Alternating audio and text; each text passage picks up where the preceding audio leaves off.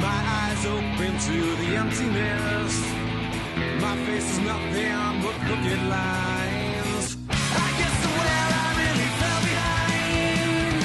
My feet were cold against the bathroom tile. This is BlankTV. We're here with a band that needs a little introduction to Lawrence Arms. Thank you so much for being here with us today. Yeah, it's great. Thank you for coming down here. Of course. So let's just get right on into it. Basically, it's been a while since you've been on the road as the Lawrence Arms. So what's it like not only being back on tour, but on tour with, obviously, Bad Religion? What have the shows been like? Well, these shows have been awesome. Bad Religion is a super important band, I think, for all of us, and they're great. And there's a few thousand people every night. That makes things nice and comfortable. But it's been about a year since we've been on the road. It's been like 15 years. Neil, I defer to you here. Like 15 years since we've done a support tour. 13. So that is the big difference on this tour. Like, we just did for the last thing we put out, which was like kind of the greatest hits collection. Right. We did the East Coast, the West Coast, and Europe on that. So we're not like total strangers to the game or anything like that. But to be on a big stage and like get up there, and be like, all right, we know that we're just in your way between what you actually want to see, and you. So hey, bye. That's kind of become a whole new experience for us again. Sure. Does it take some of the stress off a little bit, or? It's both. Okay. Right? Yeah, I think it's both. I mean, it's cool to be on. Obviously, cool to be on a big stage and playing for like people who don't necessarily know your band. Sure. Like don't know Lawrence Arms is always a kind of like cool thing. Sure. But it also comes with a little bit of like, oh, not everybody is like totally into this or like here for this. So it's a nice. I think like having been so long since we've done support, it's kind of nice to have that feeling again. Sure. But obviously, when you play headlining shows all the time and in small clubs, like that's a real like distinct kind of vibe that we're like very accustomed to. Awesome. But yeah, man, But there's definitely a lack of pressure that comes with like, hey, if the show shits the bed, it's not really us, Because if the show does great, that's also not really us. Well, cool. So if I'm not mistaken, the last time you three were in Atlanta was in 2016 for the Wrecking Ball Fest. I could have my history. I'm pretty sure you're Okay, gotcha. So I vaguely remember a tweet from someone saying they were going to end up at the Claremont Lounge after the set, and I just wanted to know, is that always on the agenda when you're here in Atlanta, or are there any specific spots you try to make a specific effort to check out? No, the Claremont is a place that I think is really cool. I think there's like a gross misconception about the Claremont that it's just like seedy and disgusting and like the women are gross and all that, and I don't feel like that's what's cool about the Claremont at all.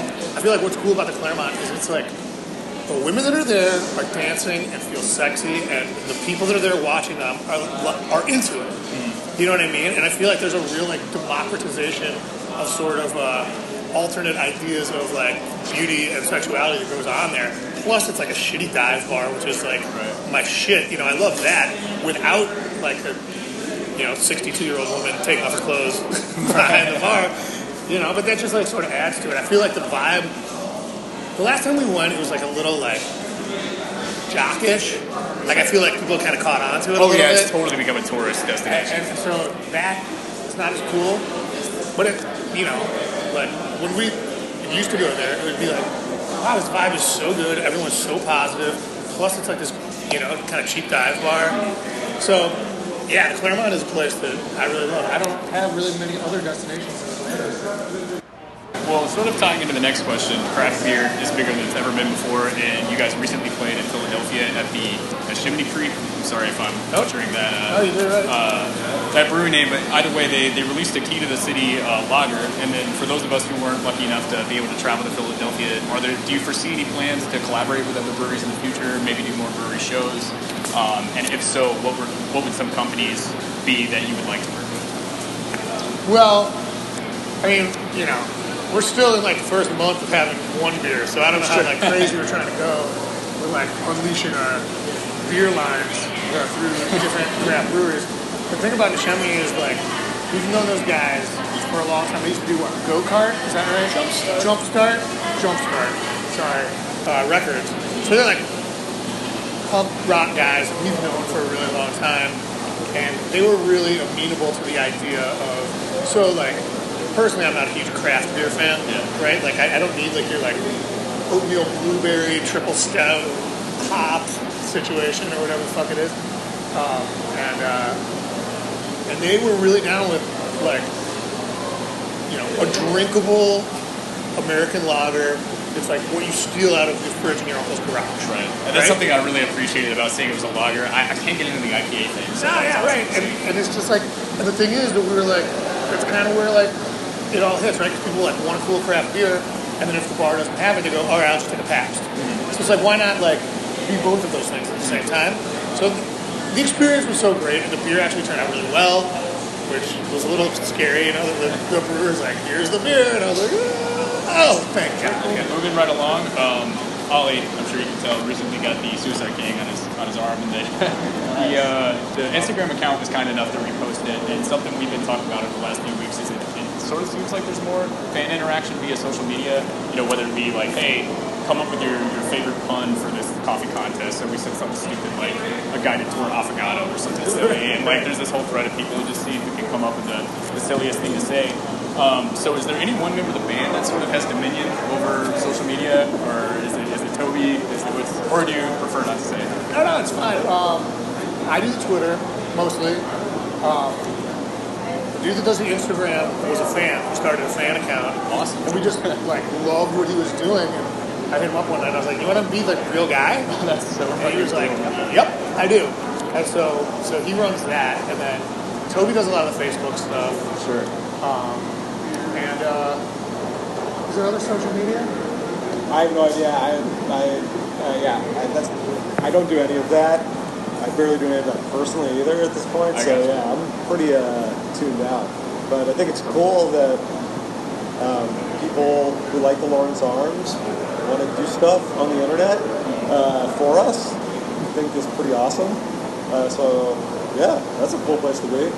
Awesome. Yeah, well, it's even more awesome that you're so receptive to it. Like, hey, guys, just do it for us. You're a fan. But he did. I don't think we would have been if he hadn't done such a great job. You know what I mean? That was like really the key thing. Was like we also wouldn't have an Instagram account if we hadn't started it. So there's that. That's also true. Yeah. I got you. Well, cool. Last question, and I'm sorry if this is redundant. It almost seems like every person ever asked this leading up to a release. But there's been some subtle talk about new music in 2020. Is there anything you can say about it at all? Or is it too early to give any details? Phil, honestly, you've been quiet over there. You want to feel this one? Yeah. We're going to record some songs. Put them out next Make a record. Yeah. We've got, I think it's 15 songs now. Yeah, we got what would I think qualify as like a record's worth of songs. Sure. So that's a nice place to be. Yeah. You know? We've demoed 5 of them. We've done about half.